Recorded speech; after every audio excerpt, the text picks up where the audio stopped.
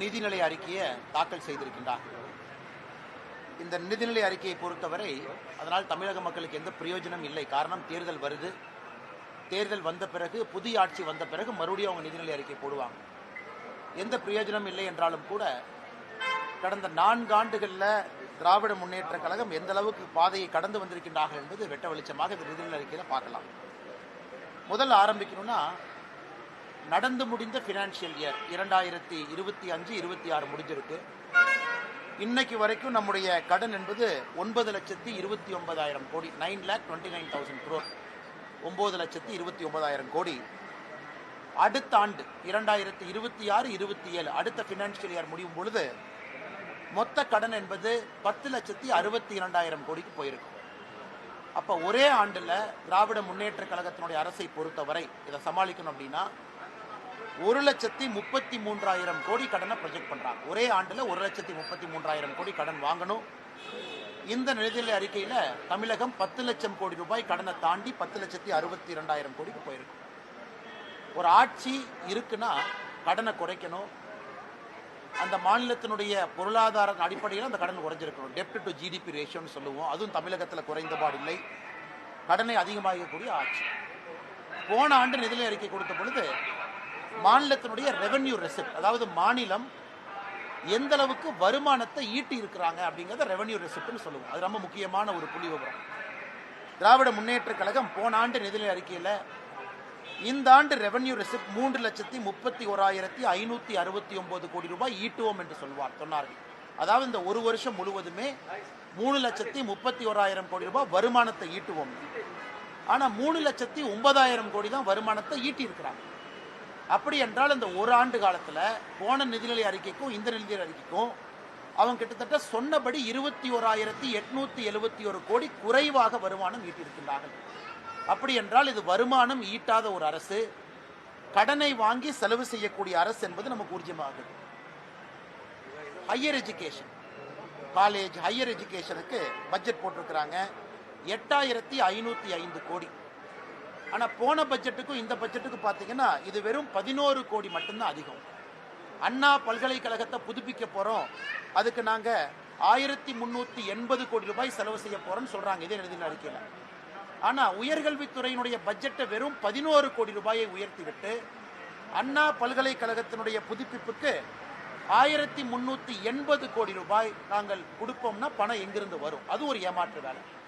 ரொம்ப ஆச்சரியம் என்னன்னா, திராவிட முன்னேற்ற கழகம் ஆட்சிக்கு வந்த பொழுது cross enrolment in higher education, அதாவது 12ஆம் வகுப்பை தாண்டி மேலே படிக்கக்கூடியவங்க இந்தியாவில் தமிழகம் அதிகமாக 49 விழுக்காடு இருந்தது cross enrolment in higher education. இந்த நிதிநிலை அறிக்கை பார்க்கும் பொழுது அது 47 விழுக்காடுக்கு வந்திருக்கு. அப்படின்னா 2% இந்த திராவிட மாடல் ஆட்சியில் 2% மேற்படிப்பு படிக்கக்கூடிய மாணவர்களுடைய படிப்பு என்பது 2 விழுக்காடு மொத்தமாக குறைந்திருக்கிறது. அது மட்டும் இல்லைங்க, இன்னைக்கு விபி ராம்ஜி இந்த 100 நாள் வேலைவாய்ப்பு திட்டம் என்பது 125 நாள் வேலைவாய்ப்பு திட்டமாக விபி ராம்ஜியாக மாறியிருக்கிறது. போன ஆண்டு 29,000 கோடி 29,465 கோடி ஒதுக்கிய திமுக அரசு இந்த ஆண்டு வெறும் 28,687 கோடி ஒதுக்கி இருக்கிறாங்க. எதற்காக இதை கேட்கிறேன் அப்படின்னாங்க, இன்னைக்கு திராவிட முன்னேற்ற கழகத்தை பொறுத்தவரை 150 நாள் கொண்டு வருவோம் என்று சொன்னார்கள். இன்னைக்கு அதை விட குறைவாக ஒதுக்கி இருக்கின்றார்கள். 40% விபி ராம்ஜியினுடைய பட்ஜெட்டை மாநில அரசு கொடுக்கணும். இதிலிருந்தே தெளிவாக தெரிகிறது தமிழ்நாட்டில் இவங்க இந்த 125 நாள் வேலை வாய்ப்பு என்பது வெறும் ஒப்புகை சப்பானியாக மட்டும்தான் பேசிக் கொண்டிருக்கின்றார்கள். அடுத்து கலைஞர் கைவினை திட்டம். கலைஞர் கைவினை திட்டம் உங்களுக்கு தெரியும், மத்திய அரசு நாம் ஒரு திட்டத்தை கொண்டு வந்தோம், கைவினை கலைஞர்களுக்கு நம்ம லோன் கொடுக்குறோம். அந்த கலைஞர் கைவினை திட்டத்தில் வெறும் 23,879 பேர் தான் அப்ளிகேஷனை கொடுத்துருக்குறாங்க. ஆனால் மத்திய அரசு இந்த திட்டத்தை கொண்டு வந்த பொழுது மு.க. ஸ்டாலின் அவங்க அதை நிறுத்தி வச்சாங்க. அப்பவே பல லட்சம் மக்கள் இந்த திட்டத்திற்கு அப்ளிகேஷன் கொடுத்துருந்தாங்க. மத்திய அரசினுடைய போர்ட்டலில் பல லட்சம் பேர் ரெஜிஸ்டர் பண்ணாங்க. எனக்கு தெரிஞ்சு தோராயமாக 8 லட்சத்துக்கும் சராசரியாக அந்த ரெஜிஸ்ட்ரேஷன் இருந்துச்சு தோராயமாக. ஆனால் அந்த திட்டத்தை நிறுத்திட்டு கலைஞர் கைவினை திட்டம்னு அதற்கு பதிலாக கொண்டு வந்த திட்டத்தில் வெறும் 23,879 பேர் தான் ரெஜிஸ்டர் பண்ணியிருக்காங்கன்னா அத்தனை லட்சம் பேர் எங்கே போனாங்க? அந்த கைவினை கலைஞர்களுக்கெல்லாம் ஒரு வாய்ப்பு இல்லையா? அதுவும் ஒரு ஏமாற்று வேலை என்பது மிக தெளிவாக நமக்கு தெரிந்திருக்கு. இந்த பட்ஜெட்ல அவங்க சொல்லியிருக்கிறாங்க, கோவில்கள் எல்லாம் புனரமைத்ததுக்காக நாங்க கடந்த 5 ஆண்டுகள்ல 8100 கோடி ரூபாய் செலவு செய்திருக்கின்றோம் என்று சொல்லியிருக்கிறாங்க. ஆனால் எங்களை பொறுத்தவரை வெறும் 82 கோடி ரூபாய் தான் செலவு செஞ்சிருக்கிறாங்க. ஒருவேளை அவங்க 8100 கோடி ரூபாய் செலவு செஞ்சிருக்கிறாங்கன்னா இவங்க ஒரு வெள்ளை அறிக்கையாக தமிழகத்துல இந்த திராவிட முன்னேற்ற கழகம் தலைமையிலான இந்த ஆட்சி, திராவிட மாடல் ஆட்சி எப்படி 8100 கோடி ரூபாய் கோவிலுக்கு செலவு செய்திருக்கின்றோம் என்பதை ஒரு வெள்ளை அறிக்கையாக விடுகின்றோம். ஸோ மொத்தத்தில் சொல்லணும்னா நம்முடைய விவசாயத்துறை என்பது வெறும் 3% தான் வளர்ந்துருக்கு. தமிழக மக்கள் நல்லா புரிஞ்சுக்கணும். குஜராத்தில் மோடி அவர்கள் ஆட்சியில் இருந்த பொழுது 10 ஆண்டு காலம் வருடத்திற்கு 10 விழுக்காடு விவசாயம் வளர்ந்துச்சு. வெறும் 3 விழுக்காடு மட்டும்தான் விவசாயத்தை வளர்த்தி இருக்கிறாங்க. மத்திய அரசு கொடுத்திருக்கக்கூடிய PLI ஸ்கீம் மூலமாக தமிழகத்திற்கு இன்னைக்கு எலக்ட்ரானிக் நிறைய கிளஸ்டர்ஸ் வந்திருக்கு. அதுவும் மத்திய அரசினுடைய ப்ரொடக்ஷன் லிங்க் இன்சென்டிவ் ஸ்கீம் மூலமாக மட்டும்தான். அதை TRB ராஜா அவங்களே ஒத்துக்கிறாங்க. இன்னொரு பக்கம் ECMS scheme, electronic component manufacturing scheme, அதுவும் மத்திய அரசினுடைய திட்டம். அது மூலமாக தான் எலக்ட்ரானிக் காம்பனன்ட் கம்பெனி தமிழ்நாட்டுக்குள்ள வருது. ஸோ மாநில அரசு சொந்தமாக ஒரு திட்டத்தை தொடங்கி அதன் மூலமாக வேலை வாய்ப்பு அவங்களால கொண்டு வர முடியல. ரெவென்யூ டிஃபிசிட் ஆயிருக்கு. போன ஆண்டுக்கும் இந்த ஆண்டுக்கும் சொன்னதை விட நான் ஏற்கனவே சொல்லியிருந்த 21,000 கோடி ரூபாய் குறைஞ்சிருக்கு. VB ராம்ஜி பட்ஜெட் குறைஞ்சிருக்கு. உயர்கல்வித்துறை வெறும் 11 கோடி ரூபாய் ஏற்றி இருக்கிறாங்க. ஆனால் அண்ணா பல்கலைக்கழகத்துக்கு மட்டுமே 1380 கோடி ரூபாய் தேவைப்படுகிறது. கடன் இந்த ஆண்டு 1,33,000 கோடி கடன் வாங்க போறாங்க. மொத்தமாக நம்முடைய கடன் என்பது 10,62,000 கோடி ரூபாய்க்கு 10 லட்சத்தை தாண்டி போக போகுது.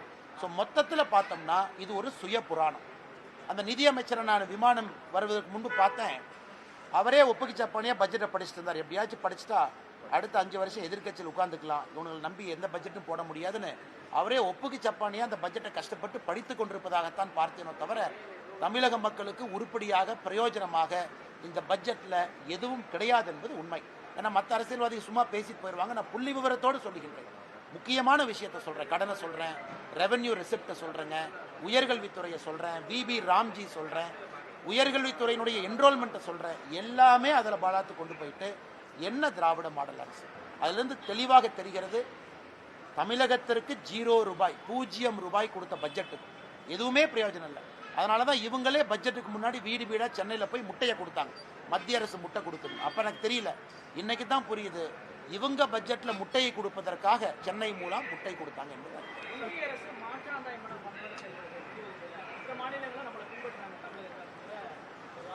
ஆனால் அவங்க எந்த அளவுக்கு போயிட்டாங்கன்னா, இந்த வருஷம் ஒன்றிய அரசு அப்படின்னு இவங்க சொல்லக்கூடிய நம்முடைய மத்திய அரசு அவங்க பட்ஜெட்ல நாம லேடிஸ் ஹாஸ்டல் ஸ்டெம் இன்ஸ்டிடியூஷன்ல மாவட்டத்துக்கு ஒண்ணுன்னா உடனே முதலமைச்சர் ஒரு புருடா விட்டாரு, தமிழ்நாட்டை பார்த்து காப்பிடிச்சிட்டாங்க பாருங்க, நாம தான் தோழி விடுதி பண்ணோம். ஆனா எத்தனை பேருக்கு தெரியும் மத்திய அரசினுடைய சஹி நிவாஸ் அப்படிங்கிறது தான் தமிழகத்துல தோழி விடுதின்னு ஒரு ஸ்டிக்கர் ஒட்டி மத்திய அரசு கொடுக்கக்கூடிய பணத்தை அந்த தோழி விடுதிக்கு பயன்படுத்துறாங்க. இந்த பட்ஜெட்லயும் தோழி விடுதியை பத்தி பேசியிருக்காங்க. ஆனா தப்பு இல்லை, கொண்டு வாங்க. ஆனா மத்திய அரசு அக்னாலேஜ் பண்ணுங்க, இது மத்திய அரசு திட்டம்னு சொல்லுங்க. நீங்க சொல்றீங்க கலைஞர் கனவு திட்டம், கனவு இல்லம் திட்டம்ங்கிறீங்க, அது மத்திய அரசினுடைய திட்டம் இல்லையா? மத்திய அரசு அதுக்கு பணம் கொடுக்கலையா? ஆனால் வெறும் பொய்யை பேசி பேசி நீங்க சொல்லாட்டி கூட பரவாயில்ல, இந்த முறை மத்திய அரசினுடைய பட்ஜெட்ல இந்த லேடிஸ் ஹாஸ்டல்ல இந்தியா முழுவதும் கொண்டு வரும்போது ஒரு திமுக அமைச்சர் சொன்னாரு, பாருங்க நம்ம தோழி விடுதியை எல்லா பக்கம் கொண்டு போறாங்க. இதுதான் திராவிட மாடல் ஆட்சியினுடைய சாதனை. மத்திய அரசினுடைய சஹி நிவாஸ் திட்டத்தை எடுத்து தோழி விடுதியின் பேரை மாத்தி அதை மறுபடியும் மத்திய அரசின் மீது பழிய போடுறாங்க. அதனால் மொத்தமாக சொல்ல வேண்டும் என்றால் மத்திய அரசு நிறைய கொடுக்குறாங்க. நீங்க போய் கையெழுத்து போட்டு PM ஸ்ரீ ஸ்கூல் வருவதற்காக கையெழுத்து போட்டு கேரளா கையெழுத்து போட்டு வாங்கியிருக்கின்றார்கள்.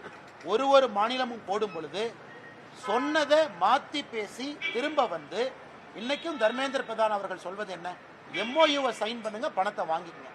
மத்திய அரசை பொறுத்தவரை எங்கேயும் மாற்றாந்தாய் மனப்பான்மையோடு அணுகவில்லை. மாநில அரசு தான் வேண்டுமென்றே மத்திய அரசின் மீது ஓர வஞ்சனையோடு தமிழகத்திற்கு எதுவும் வரக்கூடாது. இன்னைக்கு நான் சொல்றேங்க, இதே பட்ஜெட்ல தங்கம் தென்னரசு அவங்க சொல்றாங்க மதுரைக்கு கோயம்புத்தூருக்கு மெட்ரோ ரயில் இல்லை, மத்திய அரசுனால மெட்ரோ ரயில் இல்லை. நான் கேட்கிறேன், மத்திய அரசு டீடைல்டு ப்ராஜெக்ட் ரிப்போர்ட்டை மாற்றி கொடுங்கன்னு கேட்ட பிறகு 5 மாதம் ஆச்சு, 4.5 மாதம் ஆச்சு. நீங்க டீடைல்டு ப்ராஜெக்ட் ரிப்போர்ட்டை சப்மிட் பண்ணீங்களா? சப்மிட் பண்ணது என்ன தேதி அப்படிங்கிறது தமிழக மக்களுக்கு சொல்லுங்க. அதை சொல்லாம சட்டப்பேரவையில் கோயம்புத்தூருக்கும் மதுரைக்கும் மெட்ரோ ரயில் வராத காரணம் மத்திய அரசு இன்னைக்கும் இந்த பட்ஜெட்ல அண்ணன் தங்கம் தென்னரசு அவர்கள் ஒரு பைய சொல்றாங்க. இதை எப்படி ஏத்துக்க முடியுங்கண்ணா?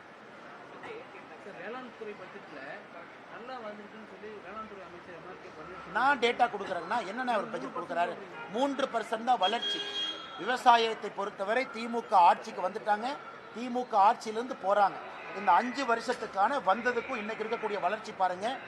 ஆவரேஜா ஒரு வருஷத்துக்கு 3% வளருது.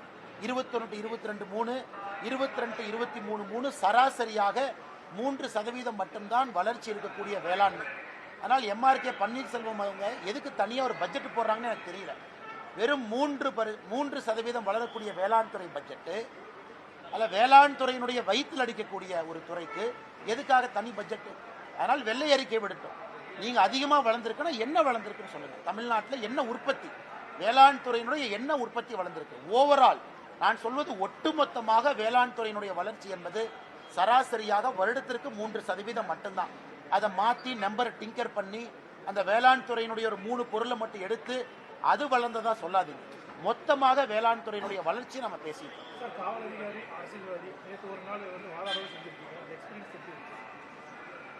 ஆனா நேற்று ஒரு நல்ல ஒரு அனுபவங்கன்னா, அதாவது நம்முடைய வழக்கை நாம ஒரு நீதிமன்றத்தில் வழக்காடும் பொழுதுதான் அது எவ்வளவு கஷ்டமான ஒரு வேலை, எவ்வளவு ப்ரிப்பரேஷன் பண்ணணும், எந்த அளவுக்கு நம்முடைய வழக்கறிஞர் பெருமக்கள் அந்த கருப்பு உடையை அணிந்து ஒரே நாளில் அவங்க 5 கேஸ் 6 கேஸ்லாம் பண்ணுறாங்க, நம்ம ஒரு கேஸ் தான் பண்ணுறோம்.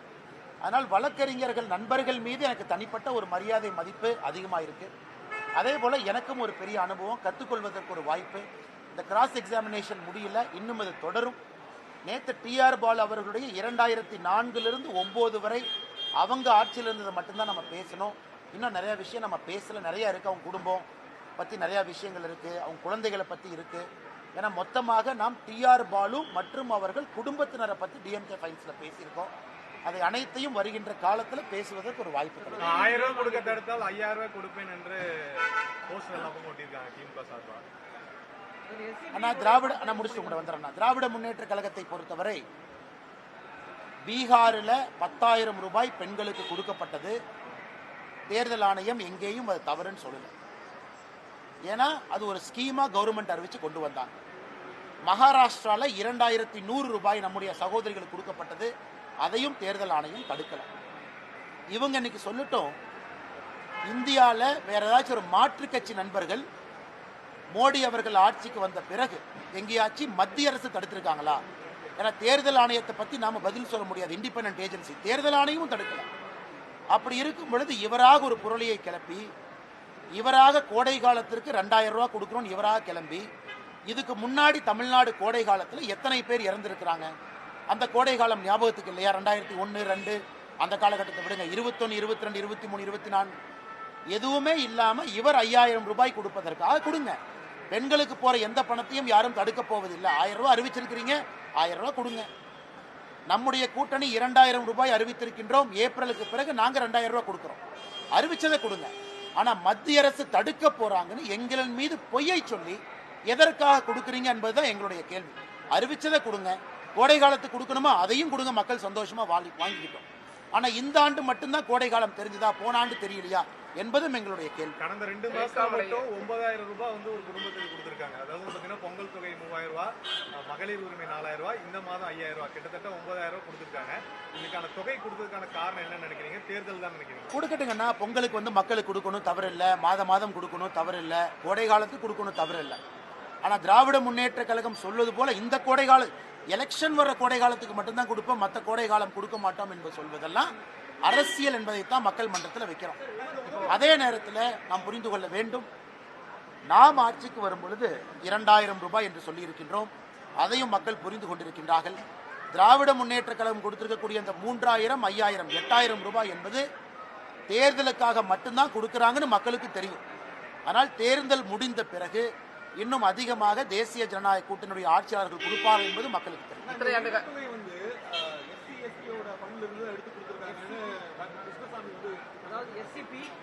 ஆனால் தமிழகத்தில் உரிமை தொகை வாங்கக்கூடிய நம்முடைய சகோதரிகள் தாய்மார்கள்ல 32 விழுக்காடு பட்டியல் சமுதாயத்தை சார்ந்த நம்முடைய அன்பு சகோதரிகள் தாய்மார்கள் 32%. இதுல நம்ம நன்றாக புரிந்து கொள்ள வேண்டும், எஸ்சி/எஸ்டி சப்ளான், அதாவது பட்டியல் சமுதாயத்திற்கு பழங்குடி இனத்திற்கு கொடுக்கக்கூடிய சப்ளான் என்பது அவங்களுடைய டெவலப்மெண்ட்டுக்காக கொடுக்கக்கூடிய தனியாக வரக்கூடிய ஒரு பட்ஜெட். அது நேரடியாக அவர்களுக்கு அவர்களுடைய வளர்ச்சிக்காக பயன்படுத்தணும். ஆனா இன்னைக்கு மாநில அரசு என்ன சொல்றாங்க, 32 விழுக்காடு இதுல எஸ்சி/எஸ்டியை சார்ந்த சகோதர சகோதரிகள் இருக்கிறனால இந்த பிளான் அப்படியே டைவர்ட் பண்ணி கொடுக்கறேன் அப்படிங்கிறது ஏற்புடையது கிடையாது. பொது பட்ஜெட்டில் இருந்து தான் நீங்க கொடுக்கக்கூடிய பணத்தை கொடுக்கணும். ஏன்னா நீங்க தேர்தல் வாக்குறுதி. எஸ்சி/எஸ்டி சப்ளான் என்பது அந்த சமுதாயத்தினுடைய வளர்ச்சிக்காக, உயர்வுக்காக, அவர்களுக்கு நல்ல திட்டங்களை கொடுப்பதற்காக கொடுக்கப்பட்டது. ஆனால் ஏற்கனவே சொன்னது போல அக்கவுண்டிங் ஃப்ராட், இது அக்கவுண்டிங் ஃப்ராடுன்னு தான் சொல்லணும். மாநில அரசை பொறுத்த வரைக்கும் அக்கவுண்டிங் ஃப்ராடு பண்ணித்தான், இந்த மாயாஜாலத்தை காட்டித்தான் மக்களை ஏமாற்றி கொண்டிருக்கின்றார்கள். நாங்கள் வளர்ச்சி அடைஞ்சிட்டோம், நாங்கள் 11% வளர்ச்சி அடைஞ்சோம். விவசாயத்தில் எவ்வளவு வந்தீங்க? 11%ல மத்திய அரசுனால, பிஎல்ஐனால எவ்வளவு, மத்திய அரசுடைய இசிஎம்எஸ் ஸ்கீம்னால எவ்வளவு, தமிழ்நாட்டுக்கு வந்திருக்கக்கூடிய மேனுஃபேக்சரிங் எத்தனை மத்திய அரசுடைய திட்டத்தை பயன்படுத்தி வந்தாங்க? எதுவுமே இல்லாம பொதுவாக வெறும் வார்த்தை ஜாலங்களையும் அக்கவுண்டிங் ஃப்ராடையும் வைத்து திராவிட முன்னேற்ற கழகம் ஆட்சியில் இருக்கிறார். அங்கன்வாடி பணியாளர்களுடைய போராட்டம் தொடர்ந்து தமிழக அரசு இந்த கடைசி பட்ஜெட்ல இன்னொன்னு எதிர்பார்த்தோம். சென்னை மாநகரம் போராட்ட களமாக இருக்குது. அங்கன்வாடி நம்முடைய அன்பு சகோதரிகள் அங்க இருக்கிறாங்க, சகோதரர்கள், பகுதிநேர ஆசிரியர் பெருமக்கள், செவிலியர்கள், ஒரே வேலைக்கு ஒரே ஊதியம் கொடுக்க வேண்டும் என்று போராடக்கூடிய டீச்சர்ஸ், ஆசிரியர் பெருமக்கள், இவங்க எல்லாத்துக்கும் இந்த பட்ஜெட்ல ஏதாச்சும் ஒரு விடிவு கிடைக்குமான்னு பார்த்தா, சார் திமுக ஆட்சியிலிருந்து போறாங்க, போகும்போது நல்லதுனால செய்வாங்களான்னு பார்த்தா அதையும் செய்யல.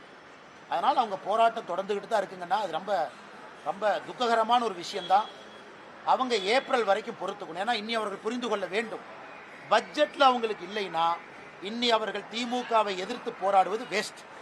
அவங்க திமுகவை ஆட்சியிலிருந்து அகற்றுவதற்காக இவங்க எல்லோரும் உடன்பட்டு செயலாற்ற வேண்டும் என்பது என்னுடைய கோரிக்கை. அதாவது பகுதி நேர ஆசிரியர் பெருமக்கள், செவிலியர்கள், நான் சொல்றது எல்லாமே, டீச்சர்ஸ்லேருந்து எல்லாருமே இன்னி அவர்களுக்கு அடுத்த 15 நாள் எதுவும் வரப்போறதில்லை.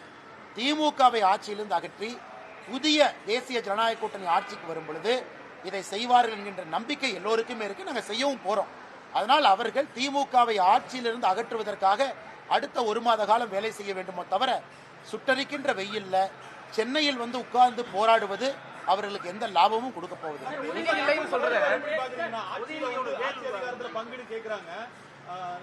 மாணிக்கம் தாக்கூர் வந்து தலைமையோட ஒப்புதலோட தான் நாங்க கேட்கிறோம் அப்படிங்கறதையும் சொல்லிருக்காரு பிரஸ் மீட்ல. இது எப்படி பாக்குறீங்க அண்ணா? இது ஆங்கிலத்தில் வந்து ஒரு பழமொழி சொல்லுவாங்க, hunting with the dog and chasing the rabbit அப்படிம்பாங்க. அதாவது நான் வேட்டை நாயோட சண்டை போடுவேன், ஆனால் வேட்டை நாய் பிடிக்க போற அந்த முயல் ரேபிட்டோடவும் நான் ஃப்ரெண்ட்ஷிப்பாக இருப்பேன். இன்னைக்கு திராவிட முன்னேற்ற கழகத்தை பொறுத்தவரை நேற்று காங்கிரஸ் கட்சியினுடைய தமிழக தலைவர் பெங்களூர் போய் அவங்களுடைய தலைவரை பார்த்து இவரை தூக்கு அவரை தூக்கு லிஸ்ட்டை கொண்டு போறார். அவர் யாரை கட்சியிலிருந்து நீக்குன்னு சொல்றாமோ அவர் இங்க வந்து இல்ல, எனக்கு ராகுல் காந்தி பர்மிஷன் கொடுத்தாரு, அதனால தான் பேசுறேன். இதெல்லாம் நடந்துட்டு இருக்கும்போது மணிசங்கர் ஐயர் கேரளாக்கு போறார். இங்க காங்கிரஸ் ஆட்சிக்கு வரக்கூடாது, கம்யூனிஸ்ட் தான் ஆட்சிக்கு வரணுங்கிறாங்க. இன்னைக்கு மணிசங்கர் ஐயரை போய் மைக்கில் நீட்டி நம்ம நண்பர்கள் கேட்குறாங்க, பத்திரிகை நண்பர்கள், என்ன ஏங்க சொன்னேன், நான் வந்து ராஜீவோட காங்கிரஸ்காரன், ராகுலோட காங்கிரஸ்காரன் இல்லை. அதனால எனக்கே குழப்பமா இருக்குது, இது எந்த காங்கிரஸ் கட்சின்னு. மணிசங்கர் ஐயருடைய ஸ்டேட்மெண்ட்டு, தமிழகத்தில் திரு பிரவீன் சக்கரவர்த்தி அவர்கள், திரு மாணிக்கம் தாக்கூர் அவங்க ஸ்டேட்மெண்ட்டு, இன்னொரு பக்கம் செல்வ பெருந்தை அவங்க ஸ்டேட்மெண்ட்டை பார்க்கும் பொழுது இது காங்கிரஸ் கட்சியே இல்லை, ஒரு 10 பேர் ஃபெவிகாலை சேர்த்து ஒட்டி ஒரு கட்சியை நடத்துகிறாங்க.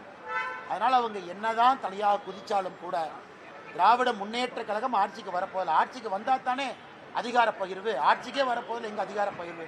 எல்லாம் பேசாமல் வீட்டில் உட்கார்ந்து சண்டை போடாமல் இருக்க வேண்டும் என்று காங்கிரஸ் கட்சி அன்போடு கேட்டுக்கொள்கிறேன்.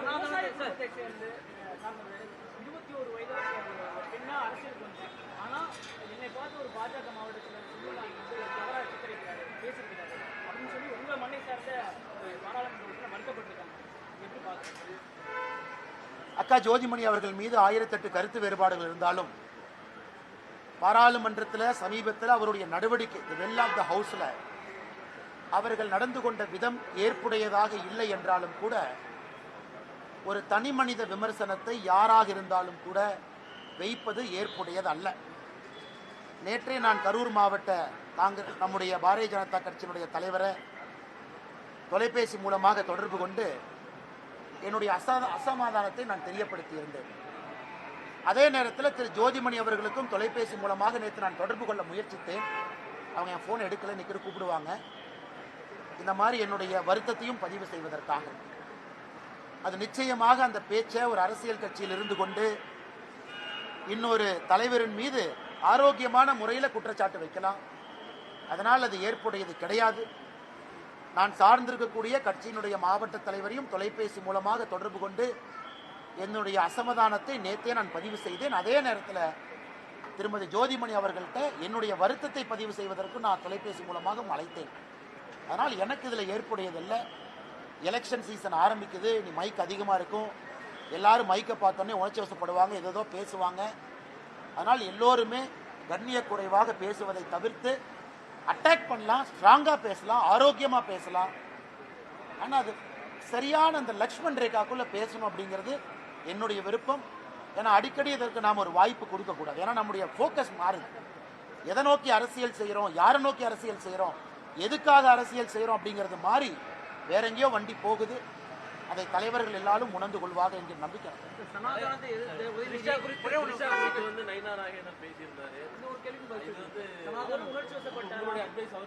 ஆனால் இல்லைங்கன்னா நேற்று முன்தினம் எங்களுடைய மாநில தலைவர் நயினார் நாகேந்திரன் அவர்கள் கோயம்புத்தூர் வீட்டுக்கு வந்திருந்தாங்க. ரொம்ப நேரம் பேசிக்கிட்டு இருந்தாங்க. நேற்று செய்தியாளர் சந்திப்பில் எங்களுடைய மாநில தலைவர் நயினார் நாகேந்திரன் அவர்கள் பேசும் பொழுது நானும் அண்ணங்கிட்ட அதை பற்றி பேசினேன் அப்படிங்கிற குறிப்பை சொல்லியிருந்தாங்க. நேற்று அவர் வருத்தம் தெரிவித்த பிறகு இந்த பிரச்சனை முடிஞ்சு போச்சு. இது ஃபுல் ஸ்டாப் வச்சாங்க. ஒரு வருத்தம் தெரிவிச்சுட்டாங்க, பிரச்சனை இதோடு முடிந்தது. கரூரை பற்றி நீங்கள் கேட்டீங்க, அதற்கும் நான் என்னுடைய கருத்தை சொன்னேன். அதற்கும் முற்றுப்புள்ளி வச்சிடலாங்கன்னா யாருமே பேசக்கூடாது. கரூரில் பேசியிருப்பது ஏற்புடையது கிடையாது. அதனால தான் நீங்கள் கேட்டீங்க. நான் எதுவும் மறைச்சி பேசலை, ஒளிவு மறைவாக பேசலை, அப்படியே அந்த வார்த்தையை பயன்படுத்தி நழுவி போகலை. நான் எங்களுடைய மாவட்ட தலைவர்கிட்ட ஃபோன் பண்ணியே நான் வருத்தத்தை பதிவு செய்யறேன். பேசக்கூடாதுங்க, ரொம்ப தப்புங்க, தப்பு எடுத்துக்குவாங்க. எப்படி நம்ம பேசலாம்? பாராளுமன்றத்தில் அவங்க நடவடிக்கை எனக்கு தான் பிடிக்கல. அது அரசியல் நம்ம பண்ணுறது அவங்களுக்கு பிடிக்காம இருக்கலாம், அவங்க பண்ணுறது நமக்கு பிடிக்காம இருக்கலாம், வெளியே சொல்லலாம். ஆனால் வார்த்தைகள், அந்த வார்த்தைகளுடைய வீரியம், வார்த்தைகளுடைய கனம். ஏன்னா அந்த காலத்து மாதிரி நம்ம பேசுவோம். பத்திரிகை நண்பர்கள் நீங்கள் வந்து அடுத்த நாள் காலையில் பேப்பரில் வரும், வேற இப்போ சமூக வலைதளத்தை போகுது, உடனே போகுது, எல்லாரும் பார்க்குறாங்க, அத்தனை பேர் பார்க்குறாங்க, ரீச் அதிகம். அதான் என்னுடைய கருத்து. அரசியலில் முதிர்ச்சி அடைந்து விட்டீங்களா?